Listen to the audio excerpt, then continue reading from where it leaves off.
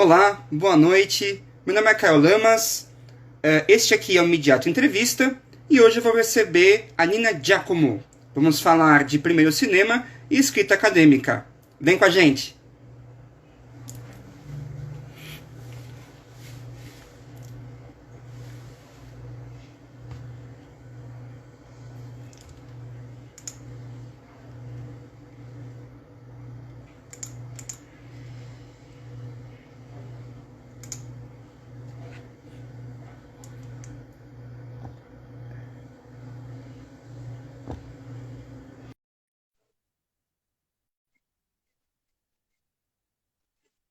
Vamos ver aqui. Nina entrou.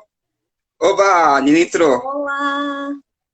Olá, tá me ouvindo aí direitinho? Sim, e você? Também. Tem uma luz aqui, porque eu tô no escuro. Assim fica muito.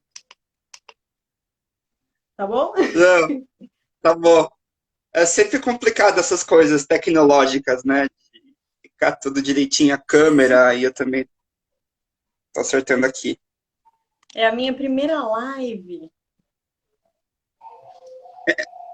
É a minha também, tá ótimo, tá ótimo. Tamo junto, Caio.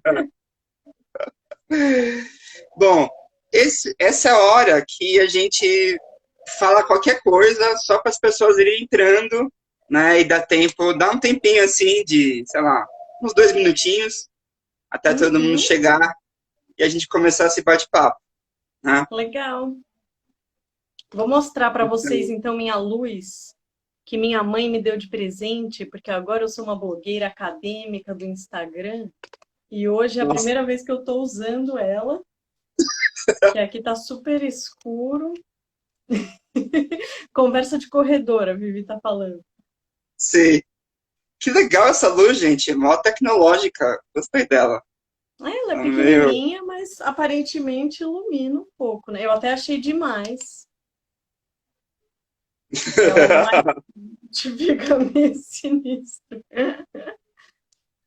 Aí, Thiago entrou, sim, Olá, também. pessoal. Tô entrando, as pessoas estão entrando. Então, é a primeira vez que essa é interessante, né? Como que a pandemia fez surgir esses novos gêneros, né? Live não era tão comum, gente, antes, né? E Pois agora tá é. super, nossa, né? Todo mundo fazendo live, gente. É uma coisa que uma amiga minha estava comentando. Oi, Thiago. É essa coisa doida, né, da gente juntar pessoas de lugares diferentes, às vezes em aulas, em cursos, em lives, né? De forma alguma, estou aqui dizendo que tem um lado positivo na pandemia, porque não tem. Mas é interessante, né? Coisas que a gente está aprendendo de também dar acesso, né, a essas conversas para pessoas que não se encontrariam pessoalmente, mas Sim, podem se encontrar virtualmente, nesse ambiente aqui que estamos, sim, juntos, separados, mas juntos, né? sim. Tem uma, por exemplo, eu já até participei de congressos que seriam fora do país, tipo, pela live, assim, maravilhoso, gente. Isso é muito bom, Não, né? Não que a total, pandemia seja boa, realmente não é. claro. Mas a jornada de cinema silencioso da Itália esse ano vai ser online. Eu estou super empolgada para poder acompanhar, porque não é todo ano que a gente consegue ir para a Itália, né? Muito pelo contrário. Eu tive a alegria de entrar lá 2 vezes, mas porque tinha um programa para jovens pesquisadores, né? Eles deram um apoio. Então, depois desse apoio, eu nunca mais pude ir. Aí, esse ano vai ser online, então estou super animada para poder acompanhar. Espero que eles exibam os filmes online Nossa, para a gente conseguir ver. É uma oportunidade, né, de acessar coisas que normalmente a gente não teria. Mas, por favor, pandemia, acabe. E vamos. nossa, pelo amor de Deus. Nossa. Oi, Andréia, Thiago, Vivi, quantas pessoas, meu Deus. Oi, É, pessoal, que está entrando. bom, acho que a gente pode já começando. Que, ixi, Começar. parece que o tempo voa aqui no Instagram, viu? Começa a Tem só falar, uma ixi, horinha, já né? deu. Pois é. É super pouco. E aí tem que acabar um pouco antes da 1 hora, porque senão ele corta abruptamente, assim, né? Então é bem esquisito. Bom, então, eu queria... a Bird Mad Girl falando aqui que precisa voltar para a sala de cinema. Sim, sim, Sim, nossa. saudade, sala de cinema. Nossa, gente, cinema faz tempo que eu não vou, viu? Não, Saudades. saudades rua, né? Saudades céu. E Rua, saudades sala de cinema. tudo, gente. Cinema, teatro, no show, enfim, tá super Uhum. complexo. Bom, então, começando aqui, então, formalmente, a nossa conversa. Para aqueles que não me conhecem, meu nome é Caio Lamas, eu sou professor universitário, sou doutorando em meios e processos audiovisuais da ECA USP, sou membro do Midiato. Midiato é um grupo de estudos em linguagem e mídias da ECA USP, né? E hoje a gente vai ter essa conversa aqui, esse bate-papo super especial com a Nina. A Nina é pesquisadora em primeiro cinema, né? O primeiro cinema é uma época bem particular, assim, da história do cinema. A gente vai conversar bastante sobre isso. Queria também, antes de tudo, deixar um recado para vocês que estão aí assistindo. Sigam as nossas páginas no Facebook, no Instagram também. Tem descrição na descrição da bio, né? Vocês podem acessar por lá. A gente está com várias atividades de divulgação científica, então acho bem bacana, nesse momento em que a nossa ciência está tão atacada, assim, em todos os lados, é um momento de conversa também, de divulgação, né, para poder extrapolar um pouquinho, para que esse conhecimento científico extrapole um pouquinho os muros da universidade, né, e alcance um público mais amplo, né. Então, esse é um pouco o nosso objetivo, né, e tenho certeza que essa conversa hoje aqui será incrível com a Nina. A Nina eu conheço de outros carnavais. A gente frequentou 2 anos juntos na Casper Libero, lá atrás. Faz tempo, viu? A gente Uns já passa 15 rapidinho. anos. Faz mais de 10 anos. E quando a gente cursava rádio e TV, então é uma grande honra, um grande prazer poder estar aqui e falar com ela. Então, seja muito bem-vinda, Nina. Ai, É, Caio, eu que agradeço. E sou muito e fã do Grupo Midiato e de todo mundo. Pode falar, desculpa, já estou interrompendo. imagina, pode falar. E aí, eu queria que você começasse falando um pouquinho assim, vamos falar um pouquinho da sua trajetória, falar um pouquinho, né, um pouquinho da sua graduação, como foi o seu mestrado, e que história, que papo é esse de primeiro cinema? O que é isso? Como isso surgiu na tua vida? Né? Fala um pouquinho pra gente sobre isso. Bom, muito obrigada, Caio. A gente já estava conversando aí um pouquinho, mas agora que é oficial, quero agradecer muito esse convite. Eu sou muito fã do Grupo Midiato e estou achando incrível o trabalho que vocês estão fazendo aqui no Instagram. Acho que tem muito a ver o que a gente está tentando fazer aqui nas redes sociais, né? Eu no meu perfil e vocês de um jeito super complexo, com um monte de gente trabalhando, né? Quando vocês me chamaram, cada hora eu recebia mensagem de uma pessoa diferente, super profissionais, vocês incríveis, toda essa divulgação linda.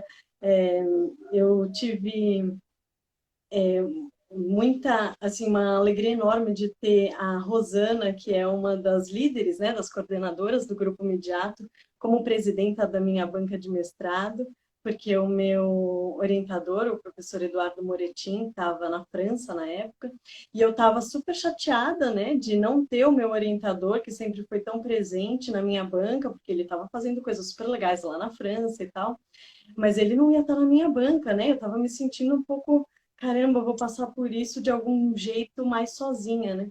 E aí, quando a Rosana apareceu na minha banca, eu fiquei, meu Deus, essa mulher é fenomenal, porque ela tem uma sensibilidade, uma sabedoria, uma presença incríveis, e ela foi muito especial na minha banca, que é um momento especial, né? E tenso também para todos nós, e foi um momento muito gostoso, porque ela estava lá, com certeza. Ela foi assim uma presença muito especial na minha banca. Eu sou muito grata a ela e a todos vocês, Vivi, Tiago, meu companheiro de representação discente na época do meu mestrado, ele já no doutorado, né? Mas então agora para a sua questão sobre a minha trajetória. Eu acho muito legal, deixa eu só falar mais uma coisa, porque eu acho muito incrível isso que vocês estão fazendo de entrevistar alunos, entrevistar pesquisadores em formação, não só os pesquisadores já, né, com as suas carreiras consolidadas e com o seu trabalho e tal, porque é muito legal ver pesquisadores já com carreiras consolidadas, conversando, sendo entrevistados, mas acho que também é muito especial a gente conversar entre nós um pouco, né? E a gente ver, saber um pouco mais da carreira de alguém que está no processo, né, de construção dessa carreira. Então, eu acho que isso é muito especial que vocês estão fazendo. Sou muito fã desse trampo e vamos junto. Então, Ah, que bom. a minha história é um pouco. Eu caí lá na Casper Libero, no curso de rádio e TV, meio por acaso. Um amigo meu falou: Ah, presta esse curso aí. Eu falei: Ah, beleza, prestei, passei. Eu tinha perdido o prazo da inscrição da FUVEST, porque, Hum. enfim, atos falhos de terceiro colegial. E aí eu entrei nesse curso de rádio e TV sem saber muito. Eu sabia que eu era comunicativa, as pessoas me diziam isso. Ah, você tem que escrever, você é comunicativa. Ah, beleza, vamos aí nesse rádio e TV. E aí conheci um mundo que eu não tinha ideia, né? Minha mãe me trouxe muito de cinema, né, na minha adolescência, então eu já tinha visto uns filmes do Chaplin, tinha visto uma coisa ou outra do Godard, né? Então eu já estava, nossa, já estou sabendo. Quando eu cheguei lá, e na primeira aula do curso de História do Audiovisual, o professor na época, Marco Vale, você deve lembrar, Sim. ele deu uma aula apenas, né, que é o que normalmente se faz nos cursos de História do Cinema. A primeira aula, normalmente, é sobre o primeiro cinema. E aí ele mostrou uns VHS do primeiro cinema. E eu vi aqueles filmes, eu fiquei encantada, chocada, instigada demais, porque eu vi aqueles filmes e eles não eram exatamente o que se espera de um filme. Eles eram Uhum. estranhos, eles eram enigmáticos, eles eram meio anárquicos, eles eram muito diferentes. E foi Uhum. só uma aula, então a gente não aprofundou muito, mas eu fui atrás do professor e fiquei, o que é esse negócio de primeiro cinema? E aí ele falou, você tem que ler o livro da Flávia Cesarino Costa, que virou uma grande amiga minha e que estava na minha banca de mestrado, que é uma pessoa muito especial, uma pesquisadora muito especial, que escreveu esse livro, O Primeiro Cinema, que ela não fala de primeiro cinema brasileiro, que é o que eu fui estudar depois, né? Ela traz um pouco as discussões historiográficas em torno do primeiro cinema europeu, estadunidense, principalmente. Né? E aí eu estava, nessa época, criando, junto com amigos e colegas, um cineclube. E aí que realmente eu comecei... Opa! E aí que eu realmente comecei a entender que eu queria estudar cinema e pensar a recepção, a exibição, ali vivendo essas questões na prática, né? Como que a gente vai mostrar esses filmes, vários tipos de filmes, a gente teve algumas sessões de primeiro cinema, mas não só, claro. E aí, assim, como que a gente vai mostrar esses filmes para as pessoas? A gente tem que fazer alguma mediação, a gente tem que fazer um jogo, a gente tem que trazer material de apoio, a gente tem que mostrar livros, a gente e aí, pensando esses modos de aproximar os espectadores de filmes que a gente não está necessariamente acostumados a ver, né? Filmes antigos, filmes experimentais, filmes diferentes, eu fui entendendo que o meu papel, o meu lugar ali na pesquisa de cinema estava mais nesse lugar da exibição, da recepção, entender como que os filmes chegam nos espectadores e como que as práticas cinematográficas vão influenciando essas maneiras de receber esses filmes, né? Mas aí eu abandonei o curso de rádio e TV, né, na Casper Libero, eu fiz só 2 anos. Na época eu estava meio, não sei, não quero muito essa coisa de TV, talvez eu vá ser roteirista, eu estava ainda tentando entender, mas em paralelo vinha o Cineclube, né? Aí eu saí do curso e fui fazer outras coisas não acadêmicas, o que foi bem difícil para mim, porque eu estava assim, gente, mas eu quero fazer um mestrado. Para fazer um mestrado, eu tenho que ter uma graduação, e não só o diploma da graduação, mas uma formação, uma graduação legal, que né? E a Casper Liber eu fiz só 2 anos, foi muito massa, eu aprendi muitas coisas, conheci pessoas incríveis, professores incríveis, todo um mundo, né, da pesquisa em comunicação, mas não era bem aquilo que eu queria uma coisa mais teórica, mais histórica, e o curso ia ficando cada vez mais prático. Aí eu fui fazer outras coisas, participei de um grupo de teatro amador, depois acabei dando aula de teatro em cursos regulares, né, para alunos de ensino fundamental 2. Então, fui trabalhar com crianças, eu pensei, se pai eu vou ser professora de teatro, vou trabalhar com teatro, cada hora pensando uma coisa, né? Mas aí prestei letras na USP, e aí acabei fazendo letras, que foi porque eu pensava, eu não quero fazer cinema, eu não quero fazer o curso de cinema, eu quero estudar cinema, mas eu já tenho a minha pesquisa que está vindo aqui de um jeito mais informal, mais pessoal, então eu queria fazer um curso que fosse me dar uma boa base de várias coisas que me interessavam, mas que não fosse necessariamente cinema. E eu achei que letras foi assim, realmente foi uma escolha muito certeira para mim, porque foi um curso que eu amei e que foi muito legal para mim.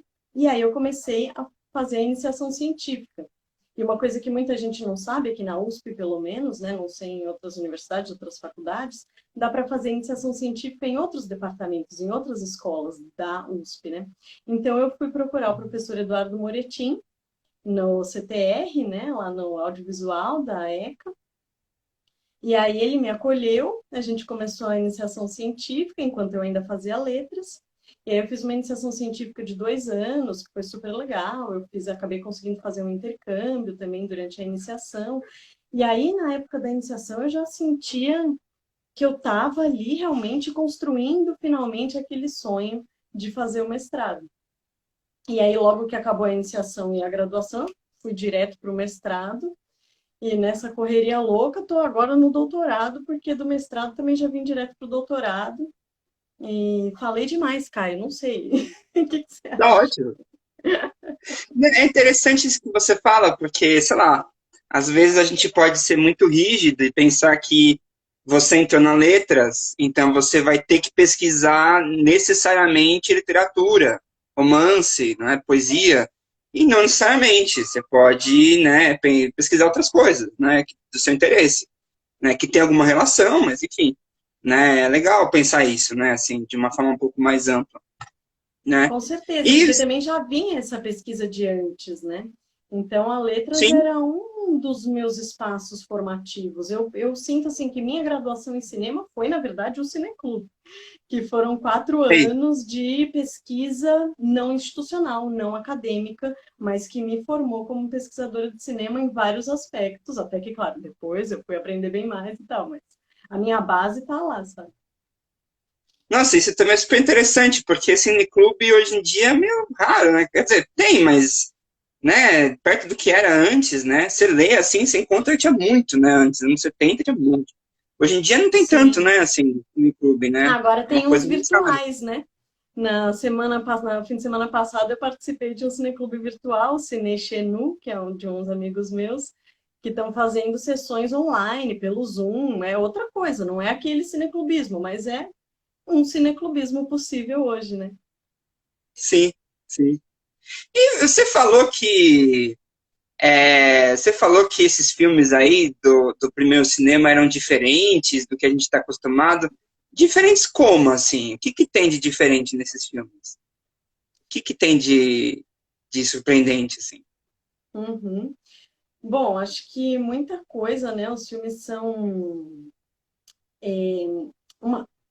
Justamente é isso que tem vários aspectos no primeiro cinema que a gente pode olhar no primeiro cinema, aquelas coisas que depois se consolidaram como procedimentos comuns da narrativa cinematográfica, né, do cinema dito clássico, que se consolidou na década de 1910. Então, o primeiro cinema ele tem, por um lado, aspectos ali narrativos e de encenação, de várias coisas, de montagem, né, que vão permanecer na história do cinema, né, no cinemão, né, no cinema clássico, no cinema que a gente imagina quando a gente fala de cinema, que é o o filme de longa-metragem, de ficção, exibido numa sala escura. Claro que também isso não é o único cinema possível, né? Hoje a gente sim. vê cinema no... Antes da pandemia, né? A gente vê cinema no celular, no busão, a gente vê nessas plataformas de streaming, ou mesmo no cineclubismo, né? É um modo de exibição não tradicional, mas o primeiro cinema, ele tem esse outro lado que muitas vezes a gente não vê, que são esses modos de exibição e de construção narrativa ou de não construção narrativa que não se consolidaram, que não permaneceram. E o que mais Hum. me interessa no primeiro cinema é isso, é o que ali, o Tom Gunning, que é um autor que eu gosto muito, que é bastante conhecido assim no mundo do primeiro cinema, ele fala dos futuros esquecidos do cinema. Então, no primeiro cinema, se imaginou, naquela época, se imaginou muita coisa. E a gente está falando aqui, para quem não está familiarizado, do cinema da década de 1890, 1900, comecinho da década de 1910. Então, foram imaginadas coisas ali que não se concretizaram. E são essas coisas que eu acho que são as mais fascinantes. Então, a gente tem uma visão, muitas vezes, linear, né, de uma evolução linear da história do cinema. Então, primeiro o cinema foi preto e branco, sem som, e era meio Uhum. tosco, né? Mais ou menos essa ideia que a gente tem. Aí depois ele começa a ter som, ele começa a ter narrativa primeiro, né? Tem narrativa, vem o Griffith, não sei o quê. Aí depois ele começa a ter som. E aí, na verdade, a gente vai ver os filmes de 1900 e os filmes eram pintados à mão, então os filmes eram coloridos. Tem filmes sonorizados com diferentes máquinas malucas que os caras inventavam na época, né? Inclusive a Alice Guy, que é uma mulher realizadora da época, ela fez mais de 100 filmes que eram musicados, que eram Olha só. sonorizados. Então a gente nem imagina, né? A gente fica com essa visão muitas vezes, né, evolucionista e linear da história do cinema, e na verdade o primeiro cinema é cheio de experimentações, inclusive nesses aspectos. E, e os filmes são muitas vezes a moralidade dos filmes para responder mais assim a sua pergunta do que eles têm de diferente, né?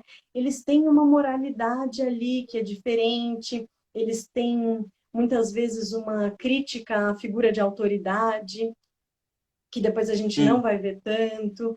É, e mesmo a gente pensando no papel da mulher, né? Vários filmes trazem a figura feminina de jeitos que a gente às vezes não espera para uma peça de 1900, né, para uma peça de cultura assim de 1900. Então eu acho fascinante, inclusive por esse aspecto enigmático. Muitas vezes a gente vê um filme do primeiro cinema e não entende o que está acontecendo, Uhum. para onde a gente tem que olhar no quadro, qual é a história que está sendo contada ali quando tem uma história, né? E aí muita gente acaba colocando na conta do tal do espectador ingênuo. Na época eles não entendiam muito bem. E na verdade eles entendiam, na verdade, muito melhor que a gente, porque os filmes são muito ligados a um contexto cultural, né? Então os filmes pegam narrativas, personagens, elementos das histórias em quadrinho, por exemplo, das charges dos jornais, das notícias que estavam rodando, né, sendo muito conhecidas, disputadas na época. Então, para nós falta esse contexto, né? Para a gente falta esse contexto. Para eles lá na época, na verdade, os filmes eram parte de um caldo ali que eles conheciam, que eles dominavam. Então, Quer isso dizer, o me espectador fascina. era diferente. O, É, o, o, hum, é as práticas cinematográficas eram muito diferentes, né? Não só os filmes. Então, quando a gente ah, fala dessa sala de cinema escura e o filme de ficção de 1 hora e meia, mais ou menos, né, que é o que a gente mais está acostumado a chamar de cinema, hoje já nem tanto, mas enfim, usando essa referência, né, como uma experiência tradicional, no primeiro cinema, os filmes eram exibidos em lugares os mais diversos, como hum, igrejas, praças, casas de prostituição. Os filmes eram exibidos, as sessões eram sessões de variedades, né? Os filmes eram mais curtos em geral Existia também filmes mais longos, como os filmes de Paixão de Cristo, etc., mas os filmes normalmente eram mais curtos e eles eram exibidos todos misturados ali com filmes de vários tipos diferentes numa mesma sessão e muitas vezes, inclusive, principalmente mais no comecinho, as sessões não eram só de filmes, né? Não existia uma sala de cinema. Os filmes eram exibidos junto com outras atrações, não necessariamente cinematográficas, atrações de esquetes cômicas, conferências educativas, e a própria também a noção de controle criativo, né? A gente tem hoje que normalmente que o filme ele é feito por um diretor ou uma diretora, né? Que comanda uma equipe, ou dependendo da situação, um estúdio, né? Que Uhum. contrata um diretor, sei lá. No primeiro cinema, esse controle sobre os filmes estava na mão dos exibidores. Então é totalmente assim um outro mundo. Então os exibidores compravam dos produtores ou os filmes em pedaços. O filme não existia ainda como uma unidade completa, né? Eu posso comprar só essa cena aqui, eu vou juntar essa cena com uma outra cena que eu comprei de uma outra pessoa, e eu vou juntar esse programa e criar a minha própria narrativa, que é uma narrativa do programa de exibição, e não necessariamente de cada filme, né? Então, às vezes, os filmes parecem estranhos, porque eles eram exibidos e pensados, né? Os exibidores, inclusive, contratavam pessoas, né? Os operadores, os produtores, para criar filmes específicos que eles queriam exibir na sala deles. Enfim, me empolguei, Ah, mas é todo um sim, outro mundo, né? Não são só os filmes e as práticas narrativas, ou de montagem, ou de atuação. É todo um contexto de práticas cinematográficas bem diferentes e que tem a ver com aquele contexto, tem a ver mais com práticas de entretenimento do século XIX. sim. Eu estava dando uma lida num artigo que você publicou aqui, que chama. Peraí, deixa eu pegar o nome. Espectador como passageiro, que você fala um pouco disso. Eu achei Uhum. interessante. Eu acho interessante que você coloca uma hora que tinha um tipo de cinema lá, de sala de cinema, que simulava um vagão de trem, né? E você tinha, assim, poltrona que se mexia, você tinha outra coisa, outra dinâmica. E lendo, me lembrou um pouco até parque de diversão. Assim, Sim. mais do que a sala de cinema que a gente está acostumado. Né? Assim, tem uma coisa tá correto isso, pensar isso? Quer dizer, uma coisa mais voltada nesse sentido? Com certeza. Ainda não existia a sala de cinema, a crítica de cinema, a ideia de cinema, né, como arte ou como indústria. O cinema era mais uma forma de entretenimento, uma novidade, que tinha suas especificidades, mas que ao mesmo tempo era muito parecida com outras práticas, né? Então, com certeza, essas salas de cinema que imitavam o interior de veículos, né? Então, foi o que eu estudei na minha iniciação científica muito a partir do trem. Mas aí eu vi que, na verdade, aqui no Brasil, o que a gente teve foram salas de cinema que imitavam o interior de automóveis. E aí, no mestrado, eu fui estudar um pouco mais isso e outras coisas. Mas esse tipo de atração, né? A gente pode chamar de sala de cinema. Hoje a gente vê, né? Retrospectivamente a gente fala, isso era uma sala de cinema. Mas, na verdade, na época era como um aparelho de parque de diversões. Era uma atração de parque de diversões que buscava, inclusive, sacudir, mexer, interpelar o corpo desse espectador, que é também, no caso específico, né, desse tipo de sala que imitava veículos, né? Então, todo o cenário remetia ao interior de um veículo. Antes de entrar, né, a entrada para ver a sessão de filmes era como uma passagem de uma viagem. O programa era como Legal. se fosse um programa de viagem mesmo. Então, era toda uma brincadeira para o espectador se sentir como se tivesse são os simuladores de viagem que hoje tem ainda, né, nos parques de diversão. Então, para o espectador se sentir como se estivesse numa viagem. Então, aí o carrinho, né, se movimentava, e aí os filmes eram projetados como se fosse o que a gente veria através da janela do veículo, é a janela de exibição, é a tela de exibição dos filmes, né? Então, Uhum. essa coisa do espectador, e aí a gente pensa, na época o espectador era ingênuo, o espectador não sabia. No caso dessas atrações, né, o espectador estava lá como uma espécie de ator, dentro de um contexto com outros atores da própria atração e fazendo toda uma... participando de uma cena, né? Ai, meu amor, meu enteado invadiu o escritório. Meu Deus, Mas tá tudo bem, tá participação tudo bem. especial. Mas tá tudo bem, tá tudo bem.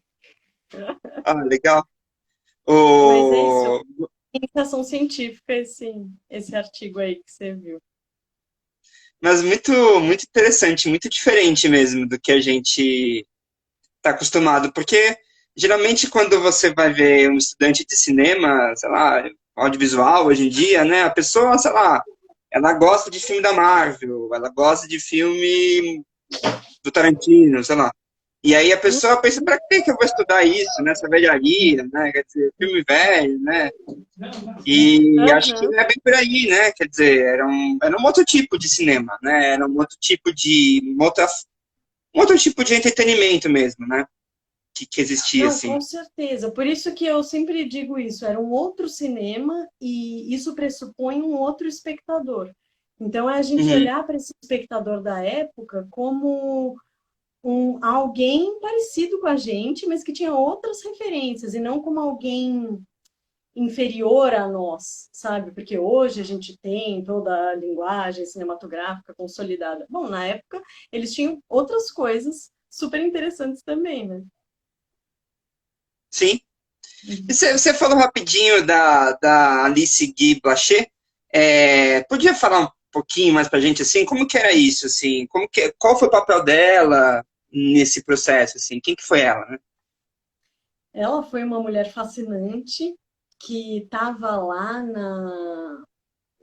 na formação do cinema, né, desde o princípio. Então, os irmãos Lumière, né, que são mais conhecidos, fizeram várias sessões experimentais do cinematógrafo deles. A mais conhecida é a de 25 de dezembro de 1895, que ficou como um marco, né, da história do cinema. Mas, na verdade, o cinema já estava sendo construído por diferentes pessoas há vários anos. E a Alice, ela estava em uma sessão dos Irmãos Lumière anterior a dezembro de 1895. Então, alguns meses antes, ela já estava lá vendo o que esse pessoal estava fazendo. Porque ela trabalhava com o Leon Gaumont, que depois criou a empresa, né, a produtora Gaumont, que Hum, tentou rivalizar bastante com a Pathé, que é também uma outra que é mais conhecida, né, lá na França. E ela começou como secretária do Gaumont, e aí eles arranjaram um aparelho, né, de tomada de vistas cinematográficas e de exibição. E ele não, o Leon Gaumont não dava muita bola para isso, ele era um inventor, ele tinha, né, como muitos homens dessa época, como o Thomas Edison, né, tinha muitos outros negócios, muitos outros investimentos, o cinema era apenas um deles, né? E a Alice convenceu ele de fazer uns filmes meio que assim no quintal do escritório onde ela trabalhava como secretária. E aí ela começou a fazer filmes e ela acabou se tornando chefe lá da Gaumont, né, por vários anos. Depois, a partir de 1907, ela vai para os Estados Unidos e monta uma produtora lá, cria um estúdio, constrói um estúdio enorme e trabalha produz filmes até 1920. Isso é incrível, porque é muito raro ter esses produtores, né, do primeiro cinema continuarem uma carreira por tantos anos, né, ao longo dos anos 10. O Jorge Méliès, os Lumière, o Thomas Edison, todos eles pararam em 1905, 12, por aí. Ela foi até 1920, teve uma carreira com alguns altos e baixos, mas uma carreira sólida, né, por muitos anos, por mais de 20 anos, né? Por 24 anos. E, bastante tempo. Sim. sim, e no período dela, que é o período do primeiro cinema, né, que é quando ela trabalhou na Gaumont, ela foi uma das pessoas que trabalhou nesse sentido da, da valorização da narratividade. Então, o que nos anos 10 se consolidou como o cinema industrial, o cinema que, que se firmou, né, como o que a gente chama de cinema, que até hoje tem suas semelhanças, ela estava trabalhando nesse sentido. Então, ela fez muitos filmes narrativos desde o comecinho, e ela fez, e o que eu acho que é mais interessante dela e mais fascinante dela, é que ela fez filmes, desde o começo da carreira dela até o final da carreira dela, ela fez filmes que tinham temas muito parecidos ali se repetindo e se desenvolvendo. Então, ela trabalhou bastante com discussões sobre gênero. Então, ela Olha só, trabalha bastante com essa coisa de como, do que é o gênero, os papéis de gênero, de como as roupas, os acessórios, o gestual identificam o gênero ou não, sempre problematizando isso, né? Então ela tem um filme muito interessante que chama As Consequências do Feminismo, que é um filme que brinca um pouco com o medo que os conservadores tinham do que o feminismo poderia fazer. Então, que olha horror, só, essas mulheres aí, feministas, vão querer dominar os homens. E aí ela brinca com isso. Então, as mulheres usam gravata, bengalas, fumam charutos e vão trabalhar fora, e os homens ficam em casa cuidando dos bebês, costurando, usam chapéus femininos. E aí que tem legal. toda uma coisa lá que no final os homens se rebelam contra as mulheres, então os oprimidos se rebelam contra os opressores e tomam o espaço público. E aí é super ambíguo, né? Porque os homens, de certa forma, estão ali tomando de volta o que já é o que a gente está acostumado a ver, né? Mas também ela está mostrando ali de um outro jeito a situação que a gente vive, que a gente vivia, né? Infelizmente a gente vê muitas semelhanças até hoje, né? Então, ela não mostra as mulheres oprimidas se rebelando. Ela mostra como as mulheres são as opressoras e aí os homens se rebelam. Então, ela usa ali um jeito que ela consegue fazer esse filme, mas sugerindo talvez que as mulheres se juntem e façam alguma coisa. Interessante isso. Eu também pergunto porque, bom, eu já dei cursos sobre a história do cinema, já, né, já falei sobre isso e é impressionante, assim, a quantidade, a gente até estava comentando antes, né, dessa entrevista aqui, mas é impressionante a ausência de figuras femininas na história, na própria historiografia do cinema, né? Eu acho até chocante, assim, o fato da gente ter pouquíssimas mulheres figurando entre as grandes cineastas, né? Ou entre, enfim, os grandes, fora a figura da atriz, né? A atriz, sim, você tem um espaço lá para ela, mas são pouquíssimas mulheres que a gente encontra, né? Assim, então a Alice Guy Blaché eu acho uma figura muito interessante nesse sentido, assim, né? Já estava no comecinho, né? Já tinha Uhum. lá a participação, né? Feminina, né? Sim, as mulheres estão no cinema desde sempre, né? E sempre elas no primeiro cinema, elas normalmente as montadoras e as coloristas, né, dos filmes no primeiro cinema eram mulheres. Se vocês colocarem no Google sala de edição no primeiro cinema, talvez em inglês, ou de colorização de filmes, né, vocês vão ver que são salas lotadas de mulheres fazendo esse trabalho tão importante, né? É que também eu sinto que a gente tem um olhar para a história do cinema que é muito autorista, né? A gente vai sempre buscar o autor, que no caso do cinema é normalmente visto, né? Às vezes é o roteirista, sei lá, mas normalmente é o diretor, né? Mas, ou o produtor, enfim. Mas em outras funções, né, as mulheres também estão em outras funções, e isso não é menor do que ser diretor de um filme, né? Sim, sim. É uma visão que, eu não sei, me parece até às vezes um pouco romanceada, assim, né? Meio idealista, né? O diretor é o autor do filme, né? Hoje em dia a gente questiona um pouco isso, né? Quer dizer, como você falou, o montador é super importante no processo, né? De criação, né? De uma obra, assim. Então Os filmes é, são sempre processos coletivos, né? sim, sim. É. E Muito legal. Mudando um pouco de assunto, falando um pouquinho então desse seu projeto aí de escrita acadêmica, né? É, a gente vê, né, você tem um perfil do Instagram que você usa bastante para isso, você tem um blog. Fala um pouquinho isso pra gente, da onde que isso surgiu, assim, essa ideia de escrever sobre isso? Ah, obrigada pela pergunta, Caio. É um projeto que é aí um novo xodó meu, que eu comecei faz um mês e meio, sei lá, 2 meses. Foi agora na pandemia que eu comecei a colocar isso em prática, faz super pouco tempo. E ainda Hum, estou entendendo o que que é isso que eu estou fazendo aqui no Instagram, para que lugares isso se espalha, né?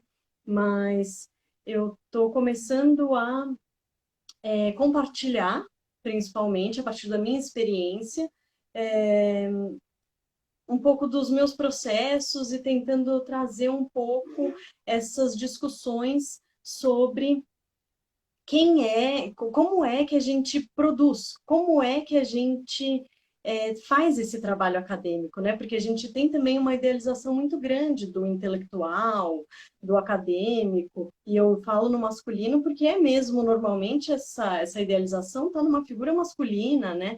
Então, para pessoas que não estão se encaixando nisso, ou mesmo para os homens, cis, hétero, brancos, etc., essa idealização não está servindo para a gente, porque a gente fica achando que os nossos autores estão lá baixando uma inspiração neles e eles estão criando coisas incríveis de primeira, e na verdade tudo isso é construção ao longo de anos, né? Muito trabalho.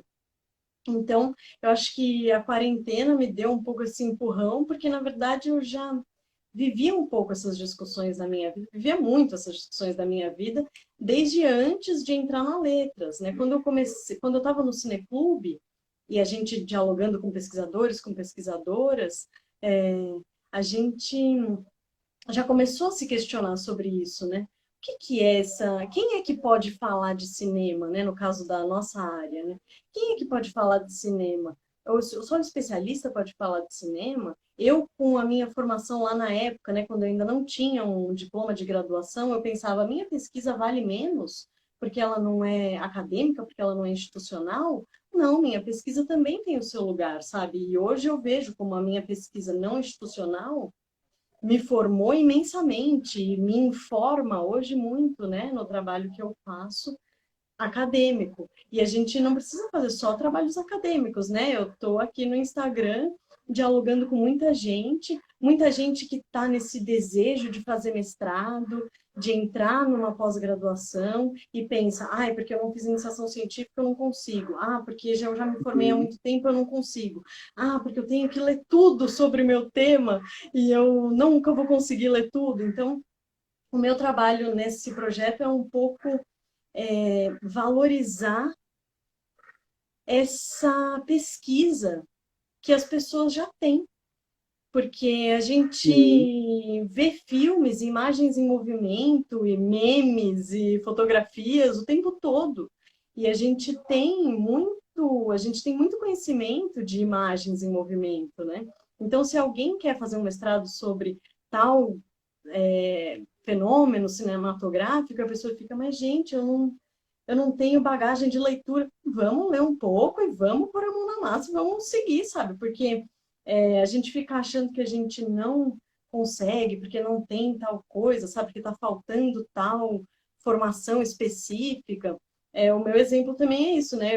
Eu sou formada em letras e eu Uhum. estou estudando cinema. Claro que eu já estudava isso antes, né? Mas a gente precisa ter a formação específica para fazer aquela coisa específica.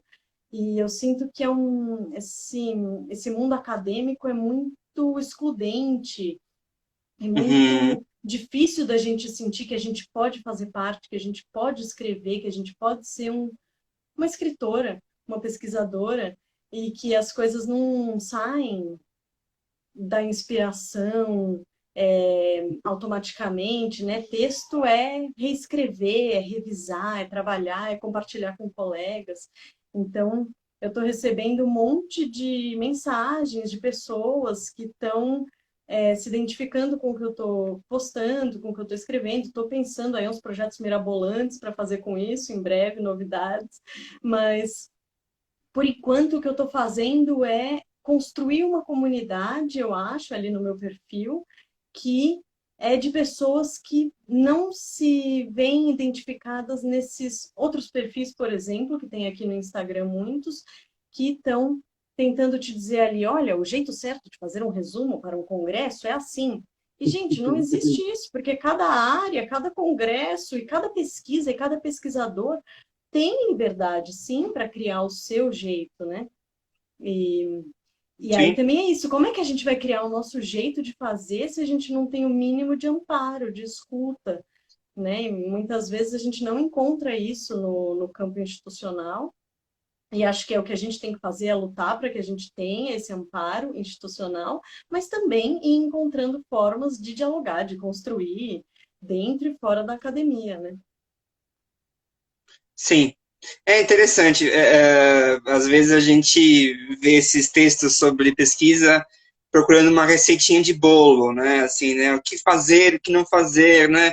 E às vezes a coisa é mais complexa que isso, né? Assim, a gente pode pensar isso de uma maneira mais ampla. Então quer dizer que a resposta a esse teu projeto está funcionando, assim, né? As pessoas estão respondendo, assim, tá tendo uma resposta bacana. Sim, sim, tem bastante gente chegando e eu recebo mensagens super tocantes, assim, de pessoas que estão em sofrimento, né? E Isso. que a terapia é muito importante, a relação com o seu orientador ou orientadora é muito importante, o seu grupo de pesquisa é muito importante, mas também outros espaços de trocar com pessoas que a gente nem conhece podem ser úteis, né? E mesmo de áreas diferentes, né? Porque eu acho que é meio isso, é a gente se entender como pesquisador em formação, mas é isso, como pesquisador em formação. Então, eu sou uma pesquisadora, eu não tenho que esperar, sei lá quantos mil anos para começar a me aceitar como escritora e pesquisadora, né? Eu estou nesse processo e eu tenho as minhas pesquisas acadêmicas e não acadêmicas, e então o que eu mais busco é isso, assim, é valorizar o pesquisador e a pesquisadora que já estão nas pessoas, sabe? As pessoas estão achando que ainda precisam de tal coisa para chegar lá, mas se a gente valorizar o que a gente já tem, às vezes a gente consegue chegar lá nesses lugares que a gente quer com menos dor, sabe? Com mais cuidado com a gente mesmo, né? Uhum, sim. Porque muitas vezes tem essa imagem de que realmente bate o santo. Parece que o pesquisador como que fala isso na religião espírita? É aquela, o médium, é como se fosse um médium, né, que baixa o Uhum. espírito e a Ou pessoa vai nasceu para escrever, isso, né? né? Nasceu para Ou isso, nasceu para isso, né? vocação. A gente não tem vocação, a gente constrói, né? Pelo trabalho, pelo diálogo. Sim. Olha só, muitas coisas aqui no nosso bate-papo aqui. A Rosana está falando que ela acha que a quarentena propicia esse tipo de debate, né? Então, um modo de ocupar esse espaço acadêmico não seja presencial, realmente acho que é por aí, né? A Bird Mad Girl falou que os homens estão na academia porque as mulheres estão mantendo o trabalho doméstico. Bom, faz Não, sentido. isso é genial, porque é isso. Quando a gente vê a história do cinema, por exemplo, esses autores, né, os diretores, todos eles, a maioria deles, tem mulheres que estão em casa garantindo que eles possam estar lá trabalhando, né? Então, essas mulheres estão trabalhando pelo cinema de alguma forma, e é Sim, fundamental a gente observar isso, né? As mulheres sim, estão aí, é que a gente não vê tanto, mas elas estão. sim. Né? Estão falando aqui também como que é legal o teu projeto, que esse projeto da escrita acadêmica mostra um pouquinho que a pesquisa, acho que isso é muito legal frisar, não tem que ser solitária, não tem que ser você sozinho, confinado na tua casa, sofrendo, meu Deus, minha pesquisa, o que eu faço, meu objeto, como escrever. Não, acho que pode ser compartilhado, né? Pode ser entre várias pessoas, acho que é legal. No Uma final das questão aqui. contas, aquele texto é seu, né? Então tem algo ali que é único, seu, que ninguém vai escrever com você diretamente. Mas como é que você escreve um texto de 100 páginas, por exemplo? de fato sozinho. A gente não faz isso, a gente precisa de toda uma comunidade, na verdade, né, que nos ampara. Sim, sim, claro. Uma pergunta aqui que eu acho que é bacana abordar, que a Rosana fez, como que é, falando desse primeiro cinema, como que é esse acesso aos filmes no Brasil, assim?